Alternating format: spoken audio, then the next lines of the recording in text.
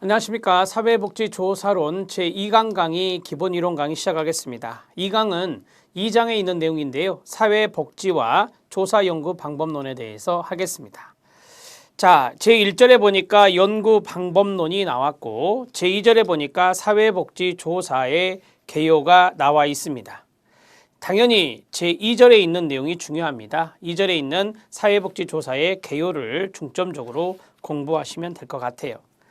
자, 먼저 연구방법론의 내용을 보겠습니다. 연구방법론은 인간의 존재가치와 사회현상을 과학적으로 탐구하기 위해 다양한 연구방법을 기술하고 수집하며 분석하는 기준이나 연구과정 전체에 깔려있는 이념, 철학, 지식체계를 우리가 연구방법론이다라고 합니다.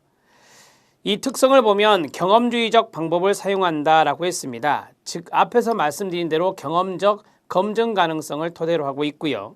그 다음에 인간 행동과 사회 현상에 대한 법칙에 동그라며 법칙을 찾는 것을 우리가 세자로 일반화다라고 말합니다. 일반화의 밑줄이요. 인간의 합리적인 사고작용을 기반으로 합니다. 우리가 이제 과학적인 연구의 가장 기본적인 특징이 로지컬하다, 즉 논리적이다라고 하잖아요. 그래서 합리적인 사고작용을 기반으로 합니다. 네 번째는 다양한 과학적 지식을 활용하는 종합과학적 접근 방법을 사용합니다. 종합과학이란 말이 중요하겠죠, 여러분. 그 다음에 객관적 접근 방법과 기술을 사용하는 것입니다. 과학적인 방법이 일반적으로 이야기할 때 체계적이고 객관적인 방법에 의한 것이거든요. 따라서 객관적 접근 방법과 기술을 사용한다는 것이 연구방법론의 특징들이다, 이렇게 보시면 됩니다. 목적은 네 가지가 있는데요. announcement라고 하는 보고가 있고요. description이라고 하는 기술이 있습니다. 그 다음에 이 기술과 설명을 구분할 줄 아셔야 되는데요. 뒤에 또 나올 겁니다. 설명, explanation이 있고요. 예측이라고 하는 것이 있습니다. forecasting이라 하는데요. 어찌됐든 이 네 가지 보고, 기술, 설명, 예측이 연구방법론의 주요 목적이 되겠습니다. 자, 보고는 발표하는 겁니다. 연구 결과에서 이를 추론이나 결론을 내리지 않고 간단한 자료로서 발표하는 것입니다. 알리는 것이라고 보면 되겠고요. 기술입니다. 기술에서 중요한 단어는 상관관계라는 단어입니다. 상관관계에 가로 치고 별표 쳐주시기 바랍니다. 우리는 디스크립션이라는 단어를 기술, 서술, 묘사 이렇게 번역합니다. 인간의 행동이나 사회현상을 기술하거나 다른 말 서술하거나입니다. 서술하거나 정의하는 것이며 상관관계 규명도 이 기술에 속합니다. 설명입니다. 설명은 우리 조사 방법론에서는요, 인과관계와 연관성이 있습니다. 인과관계에 가로쳐 주시기 바랍니다. 기술된 현상의 발생 원인 동그라미, 그 원인과 결과의 관계를 뭐라 하죠? 네, 인과관계라 합니다. 그래서 원인이란 말이 또 중요한 단어가 돼요. 원인을 설명함으로써 사회현상의 인과관계를 설명하는 것입니다.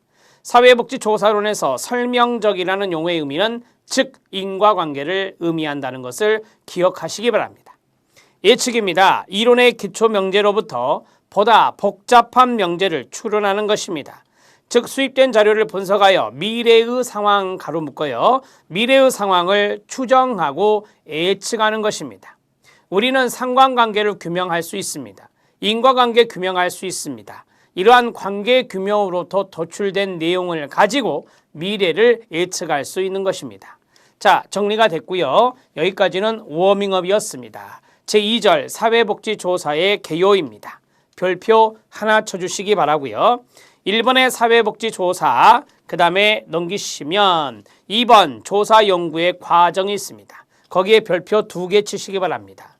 조사연구의 과정이 여기 2절에서 가장 중요한 부분이 됩니다.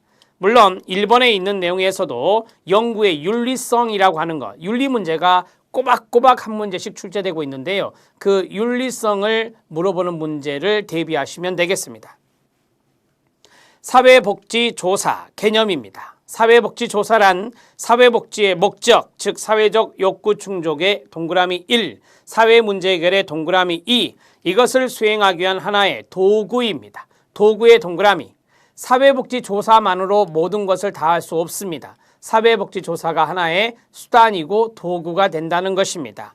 목적 달성을 위해 자료를 수집하고 분석하는 과학적인 지식 탐구 절차를 사회복지조사라고 합니다. 특징을 보면은 첫 번째가 응용조사와 순수조사의 끊어요 양면성입니다. 지식을 습득하는 그 자체가 바로 순수조사 측면이며 조사 목적이 주로 인간의 욕구 충족과 사회 문제를 해결하기 위해 필요한 지식을 생산하고 적용, 동그라미, 적용한다는 점이 바로 응용조사의 성격입니다. 우리는 지적인 호기심이 있습니다. 지식을 습득하기 위해서 조사할 수 있는데 그게 순수조사입니다. 우리는 인간의 어떤 문제, 욕구와 문제를 해결하기 위해서, 사회 문제 해결하기 위해서 조사를 한다 그랬습니다. 이것을 조사를 통해서 적용할 수 있는데 그 적용이 바로 응용조사의 개념입니다. 사회 개량적 특징입니다.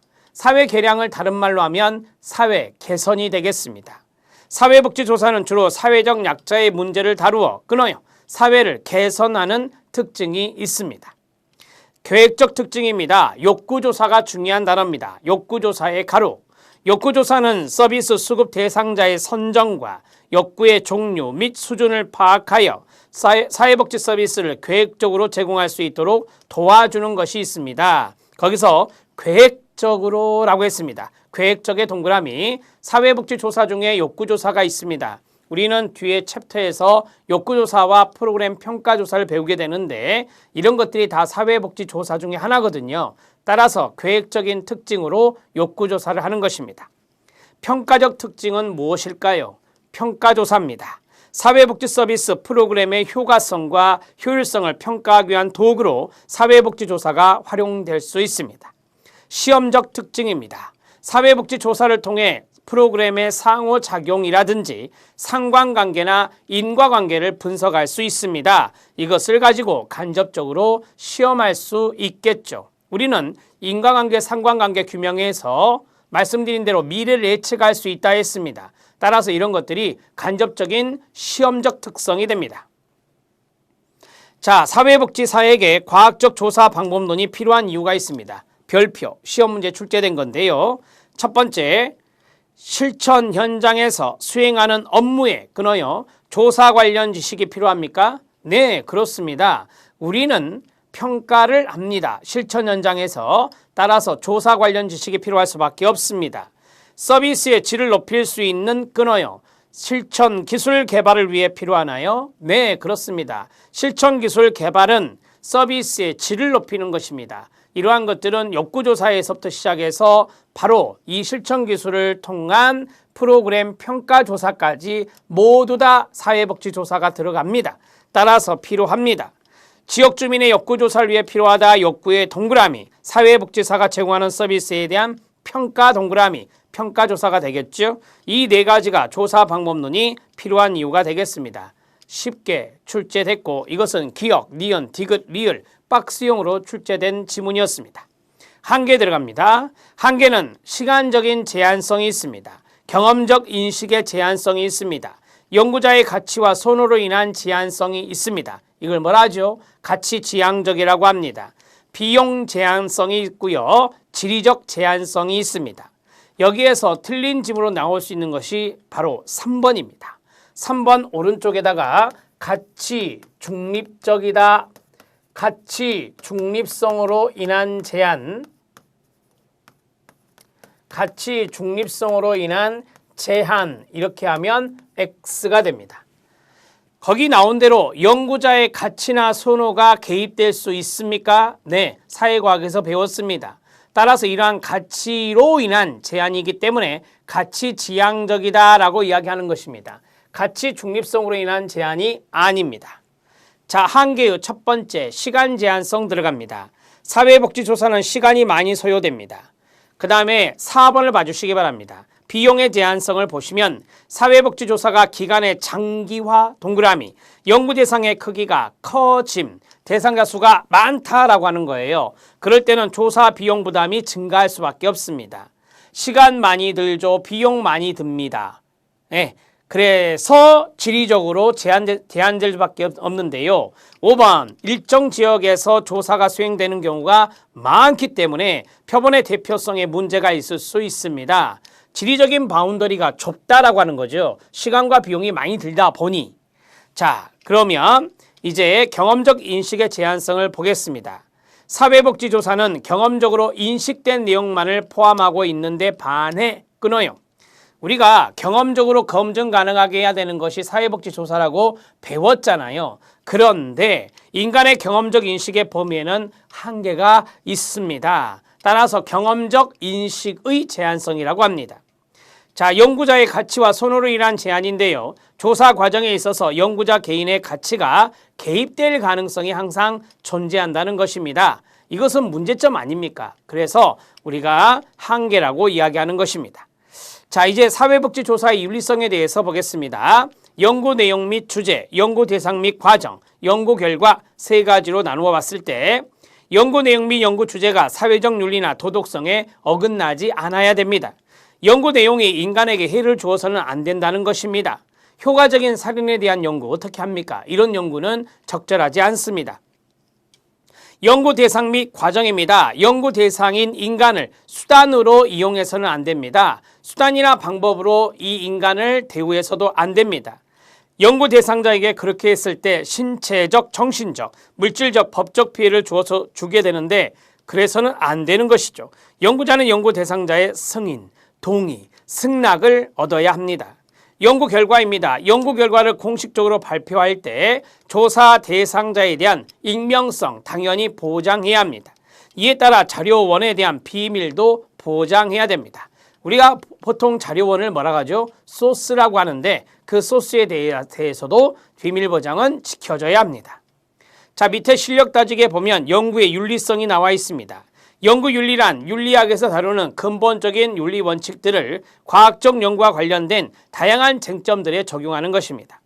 연구윤리에서는 인간과 동물을 대상으로 하는 실험의 설계, 이행, 연구, 부정행위, 위조나 자료 날조나 복제, 내부 고발, 연구 규제 이런 것들을 다루게 됩니다. 연구윤리는 의학 연구 분야에서 가장 많이 발달되어 있으며 한편 사회과학의 분야의 연구는 의학 연구 분야와는 다른 종류의 윤리적 쟁점을 가지고 있습니다. 과학적 연구에는 윤리적으로 심각하게 고려해야 될 많은 쟁점들이 있을 수밖에 없습니다. 사회과학자들은 피실험자들의 자발적인 허락을 받아야 합니다. 그리고 그들의 이익을 보호해야 될 책임이 있음을 알아야 할 것입니다. 사회과학자들은 연구를 통해 발견된 정보를 잘못 사용하는, 오용해서는 안 되고 참여자들에 대한 일정한 도덕적 책임을 져야 합니다. 사회과학자들에게는 연구에 참여하는 사람들 개인의 사생활이나 민감한 부분들뿐만 아니라 그들의 권리를 보호해야 될 의무도 있습니다. 관찰에 참여하는 사람들의 비밀은 반드시 지켜져야 하며 그들의 익명성과 사생활 역시 보장되어야 합니다. 모든 윤리 조항들은 불법행위나 테러행위 등 밝혀야 될 더 중요한 이유가 없다면 반드시 지켜져야 합니다. 불법적인 경우나 테러 행위는 예외다 이 말입니다. 첫 번째가 정직입니다. 정직과 진실성은 저자, 전문가, 심사자나 학술지 편집진 각자가 지켜야 될 의무입니다.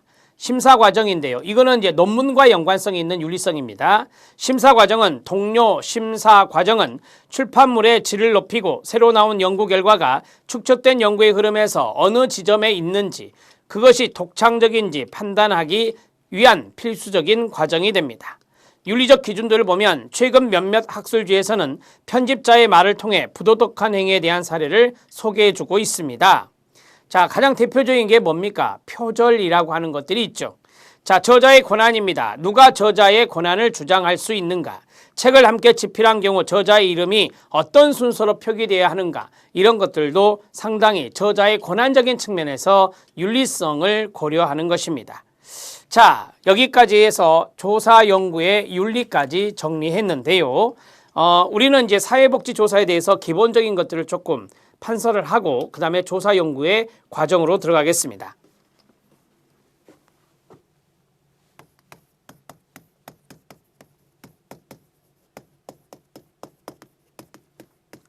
자, 사회복지조사에 대해서 보는데 그 첫 번째가 뭐냐면 특징입니다.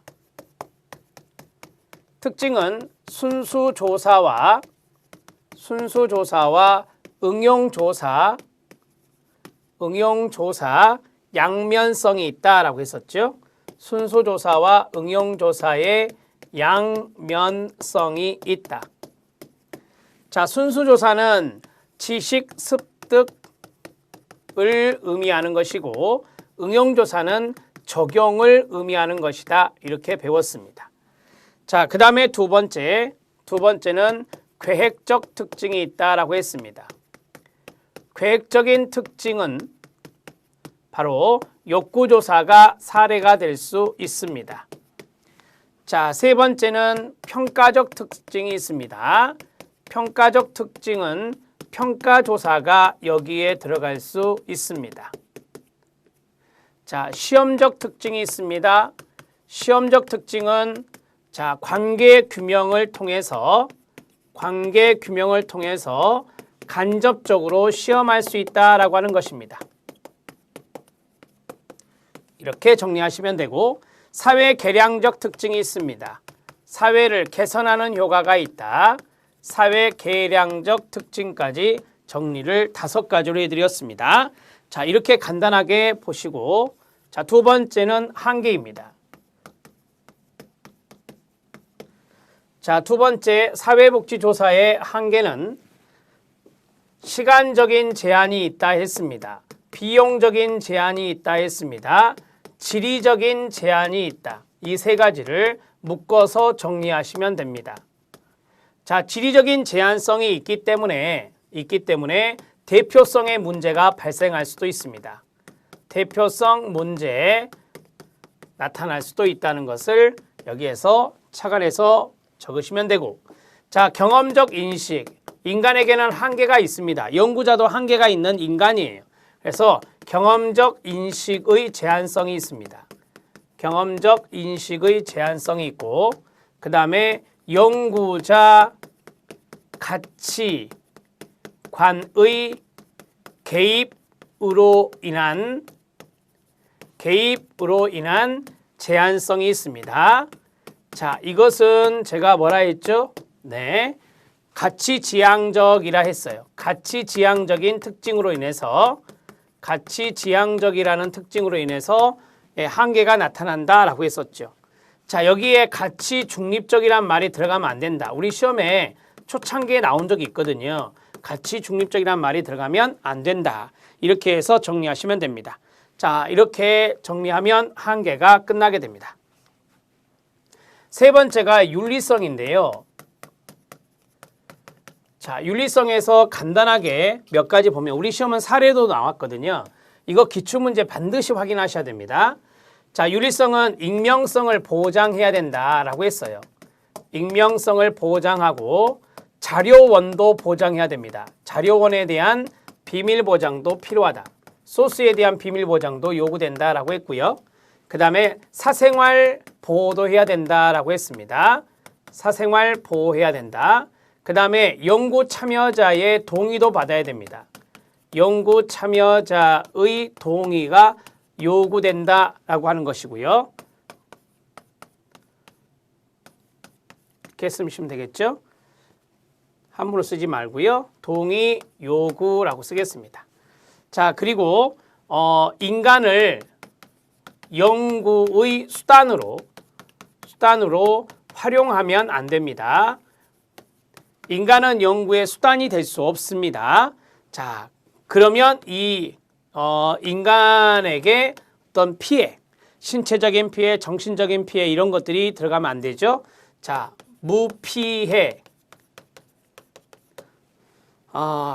그냥 이렇게 쓰지 마시고요. 자, 연구 참여자인 인간에게 피해 입히면 안 된다. 피해 입혀서는 안 된다. 이렇게 쭉 풀어서 쓰시는 게 더 나을 것 같습니다. 자, 그리고 연구 내용이나 연구 주제, 연구 내용이 어떤 도덕성이나 윤리적인 측면에서 어긋나면 안 되죠. 도덕성 등에 어긋나면 안 됨. 이렇게 쓰면 되겠죠.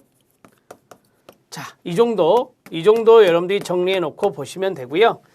우리가 이제 그 연구를 할 때 논문이란 걸 쓰잖아요. 그러면 그 논문에서 쓰는 어떤 그 윤리성이라는 것도 필요하거든요. 그러한 것들이 있는데 연구윤리입니다. 연구윤리 기준을 이야기할 때 첫 번째가 정직이 있었습니다. 정직해야 된다라고 했고, 그 다음에 거기 쭉 보면은 어떤 권리적인 측면, 권리적인 측면을 보장해야 된다라고 하는 내용도 나와 있어요. 그 다음에 저자의 권한도 중요하다. 저자의 권한도 중요하다. 그 다음에 표절 시비에 휘말리면 안 되겠죠. 자, 표절해서는 안 된다라고 하는 거 가장 기본적인 것입니다. 이렇게 정리를 해 주시죠. 뭐 이 정도만 쓰면 될 것 같고요. 우리가 어떤 클라이언트를 대상으로 사회복지 조사를 하든지 아니면 우리가 지식적인 것을 습득하기 위해서 어떤 것을 조사 연구를 하든지 간에 이 도덕적인 책임성이 상당히 중요하거든요. 그래서 윤리성에서는 도덕적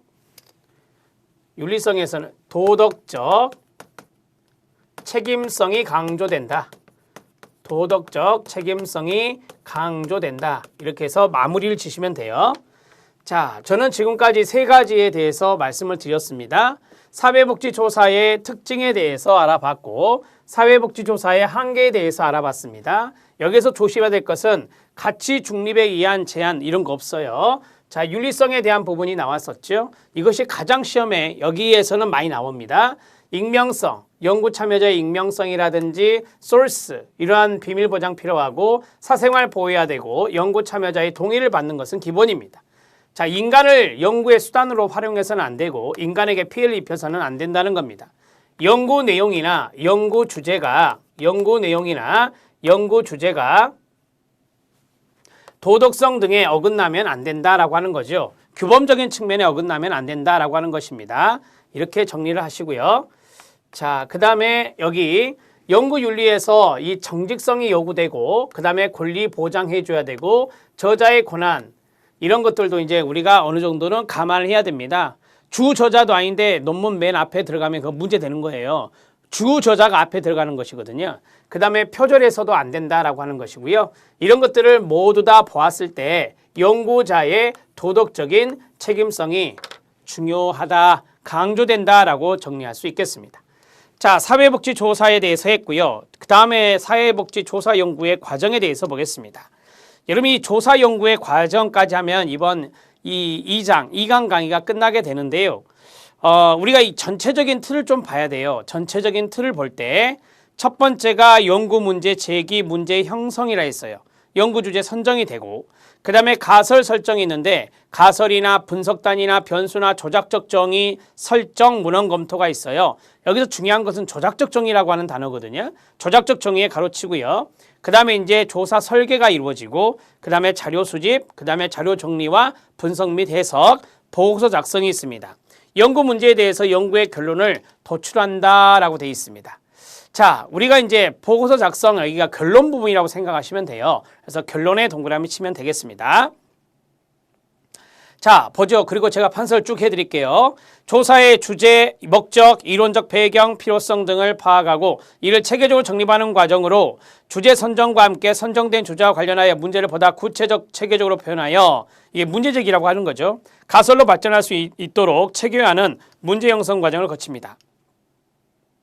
가설 설정인데요. 형성된 조사 문제를 조사 가능하고 실증적으로 검증 가능하도록 구체화하는데 이걸 조작적 정의라고 해요. 가설은 조사 문제 및 연구 목적과 일관성을 가지고 자, 우리가 이제 연구 문제 제기하고 연구 목적 설정했잖아요. 그거하고 가설하고 따로 놀면 안 되겠죠. 가설하고 일관성이 있어야 되고 끊어요. 구체적이고 경험적이며 현실적으로 검증 가능하고 측정 가능한 형태 이게 조작적 정의라고 말했습니다. 문제에 대해 구체적인 해답을 제공할 수 있어야 됩니다. 자, 조사 설계입니다. 조사 디자인 동그라미. 조사 디자인이라고도 하고요. 조사 연구를 효과적, 효율적, 객관적으로 수행하기 위한 논리적인 전략을 조사 설계라고 합니다. 가설 검증을 위한 자료 수집, 분석 등의 전반적만 동그라미. 전반적 과정을 계획하고 통제하기 위한 전략입니다. 설계 유형에는 질적 조사 연구, 그다음에 양적 조사 연구 설계가 있는데요. 근거 이론이나 사례 연구나 민속 지역은 질적 조사 연구 설계고, 그다음에 실험 설계나 유사 실험 설계나 서베이 조사 이런 것들은 양적 연구 설계라고 이야기할 수 있습니다.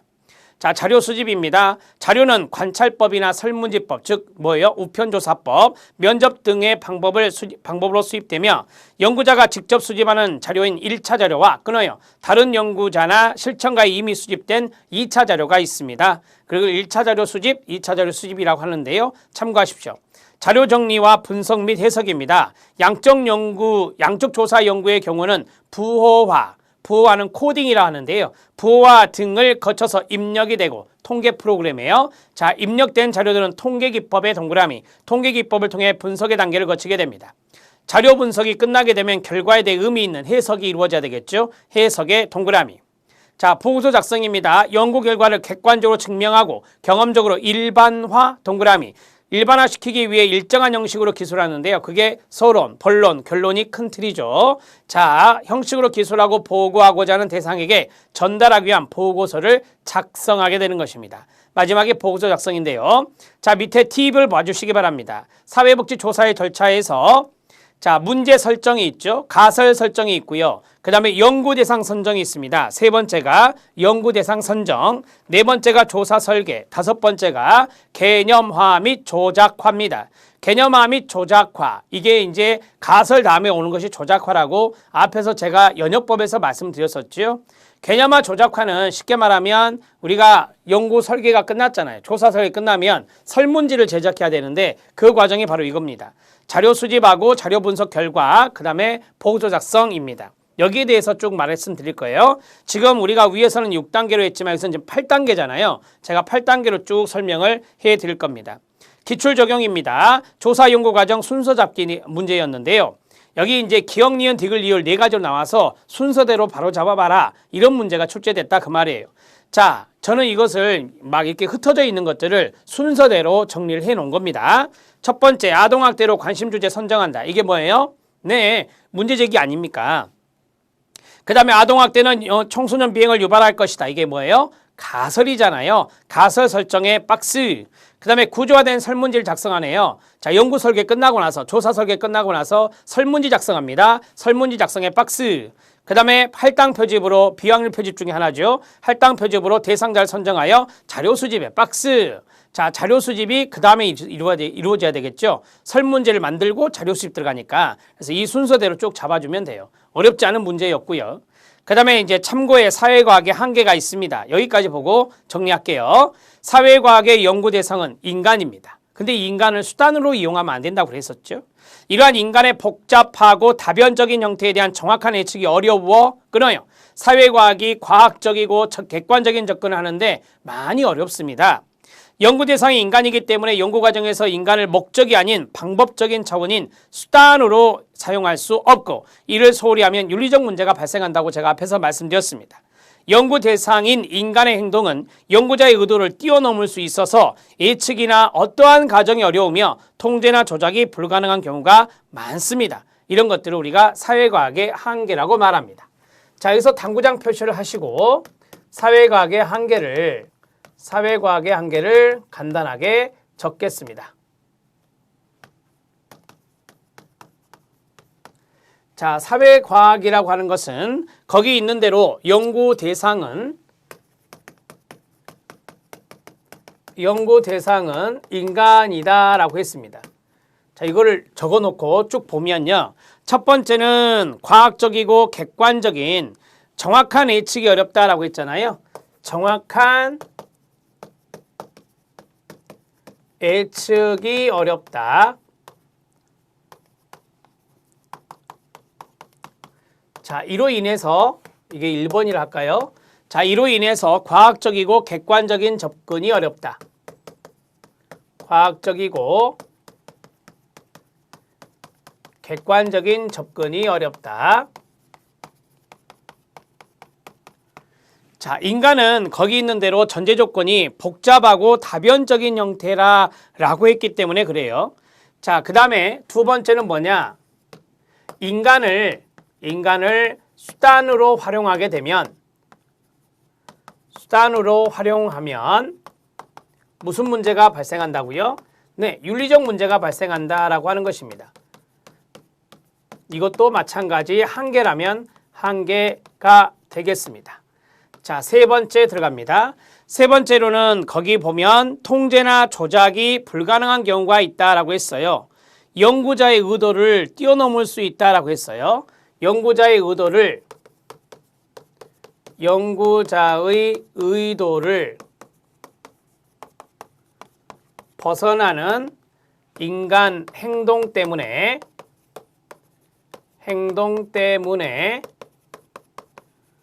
통제나 조작이 어렵다. 통제나 조작이 어려움. 이렇게 정리하시면 돼요. 자, 사회과학의 한계도 출제될 수 있습니다. 그래서 제가 이것을 판서를 해드렸고요. 자, 여기까지 기본적인 부분들을 봤습니다. 이제 조사 연구의 과정에 대해서 정리하면 2강 강의가 마무리됩니다. 2번 사회복지조사의 과정으로 타이틀을 잡으시고요. 이것을 가로로 해서 쭉 써보겠습니다. 첫 번째는 문제 제기입니다. 문제 제기를 동의어로 문제 형성이라고 합니다. 그 다음에 가설을 설정합니다. 자, 그 다음에 연구 대상을 선정합니다.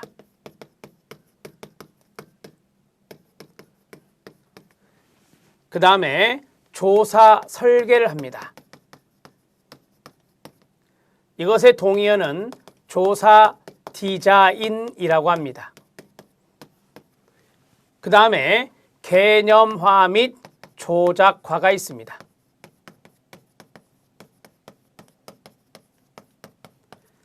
그 다음에 자료 수집이 있습니다. 그 다음에 분석 및 해석이 있습니다. 그 다음에 보고서 작성이 있습니다.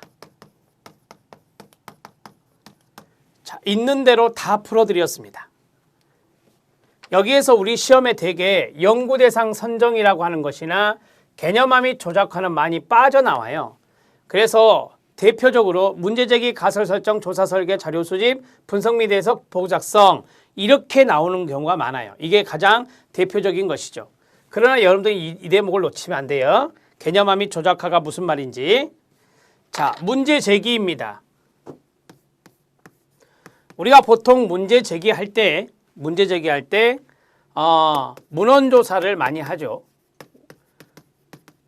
우리가 이제 그 다음에 조사 연구의 유형을 3장에서 배우는데요. 거기서 탐색적 조사라는 게 나와요. 탐색적 조사 이런 걸 해요. 탐색적 조사. 다시 쓰겠습니다. 자, 이 문헌조사가 탐색적 조사 중에 하나거든요. 탐색적 조사를 통해서 문제에 대한 어떤 객관성 그런 것들을 확보해야 되거든요. 자, 문제에 대한 객관성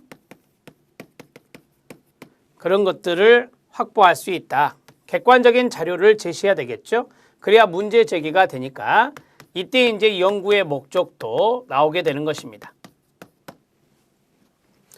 자, 이제 두 번째입니다. 가설 설정인데 이 가설 설정은 앞에서 했던 문제하고요. 연구 목적과 일관성이 있어야 됩니다. 일관성이 있는 가설이어야 돼요. 이게 첫 번째가 되겠고요. 두 번째 가설은 나중에 배우십니다. 조작적 정의로 가설을 설정하게 됩니다. 조작적 정의로 가설을 설정하게 된다. 죄송합니다. 가설을 설정하게 된다.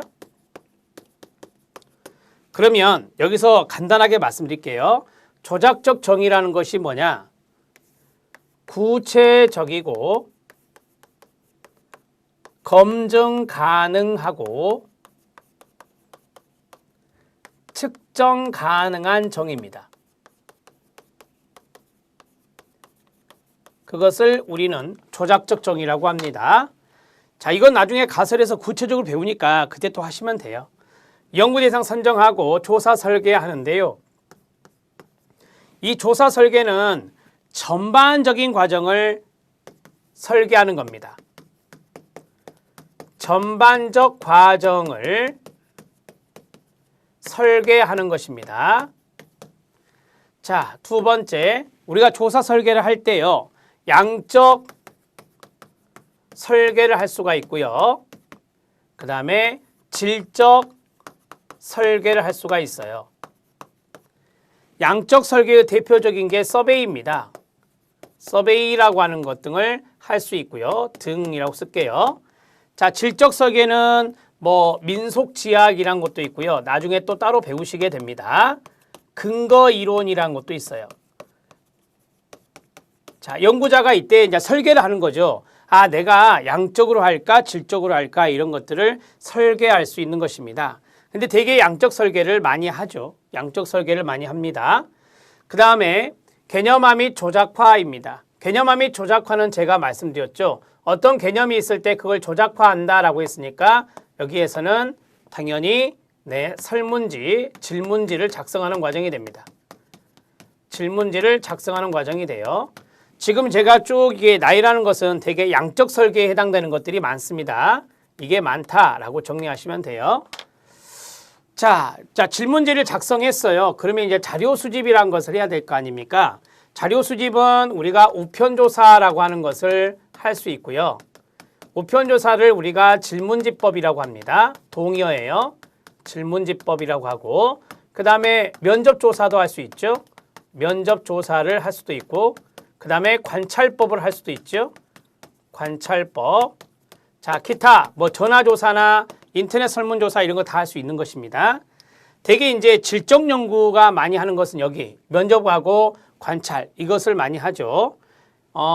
여기서 양과 질로 나눠 드리면 여기서 1번, 2번, 3번, 4번 할게요. 1번, 2번, 3번,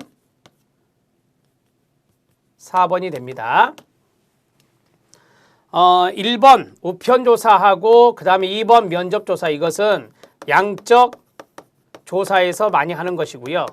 그 다음에 이제 면접조사의 심층 면접이란 게 있거든요. 이거나 아니면 관찰법 이것은 질적 조사에서 많이 쓰는 거죠. 그러니까 앞에 설계를 어떻게 했냐에 따라서 이 자료 수집 방법이 달라지는 겁니다. 자, 분석 및 해석을 하죠. 분석 및 해석. 되게 이제 통계 프로그램을 쓰는 방법이 SPSS 통계 프로그램을 사용하는 경우가 있어요. 이것을 이제 코딩해서 자료 입력해가지고 하는 방법이 있어요. 이거는 이제 양적이 되는 거고요. 양적이 되는 거고, 그 다음에 이제 질적 같은 경우는 전사 자료. 자, 우리가 이제 면접이나 관찰했을 때 쭉 기록해 놓은 거 있잖아요. 그걸 전사 자료라고 하거든요. 전사 자료에 대해서 이제 분석을 하게 되는 겁니다. 이게 뭔지 아시죠? 이거는 질적 연구에서 하는 거예요. 질적 연구에서 하는 거다. 그래서 양적 조사에서는 통계 프로그램을, 질적 조사에서는 전사 자료를 분석하는 것이 되겠습니다. 그리고 나서 이제 해석을 하겠죠, 당연히. 자, 보고서 작성이 이루어집니다. 보고서 작성은 대개 서론, 그 다음에요, 본론, 그 다음에요, 결론. 자, 이런 식으로 이제 정리가 됩니다. 결론하고 대개 이제 함의라고 하는 것이 나오죠. 여기에 대한 함의는 어떤 것이다. 이런 것들을 순서대로 쭉 작성해 나가는 것이 보고서 작성이 되겠습니다. 자, 우리가 이제 보고서 작성은 제일 마지막 챕터에 있어요. 19장에 있는데 그때 한 번 더 이야기를 해드리도록 하겠습니다. 자, 됐습니다. 여기까지가 사회복지조사의 과정이에요. 문제 제기하고 가설을 설정하고 연구 대상 선정하고 조사 설계, 조사 디자인 한 다음에 개념화 및 조작화로 질문지 작성해요. 자, 여기 척도 구성하는 거예요. 척도. 척도란 말이 나중에 나올 건데요. 척도를 구성하는 단계가 바로 여기에 든다. 이렇게 보시면 되고요. 자, 그 다음에 자료 수집을 하고 그 다음에 분석 해석한 다음에 보고서를 작성하게 되는 이 순서를 잘 기억해 주시면 좋겠습니다. 자, 지금까지 내용이 2장, 2강 내용이었습니다. 2강 내용은 약간 짧은데요. 짧다고 해서 여러분들이 얕잡아 보면 안 됩니다. 여기서 중요한 부분이 바로 이 대목입니다. 조사 연구의 과정, 그리고 윤리성에 대한 부분 매번 꼬박꼬박 나오고 있습니다. 기출문제 확인해 주시면 됩니다. 다음 시간에는 제3장 조사 연구의 유형에 대해서 알아보도록 하겠습니다. 수고하셨습니다.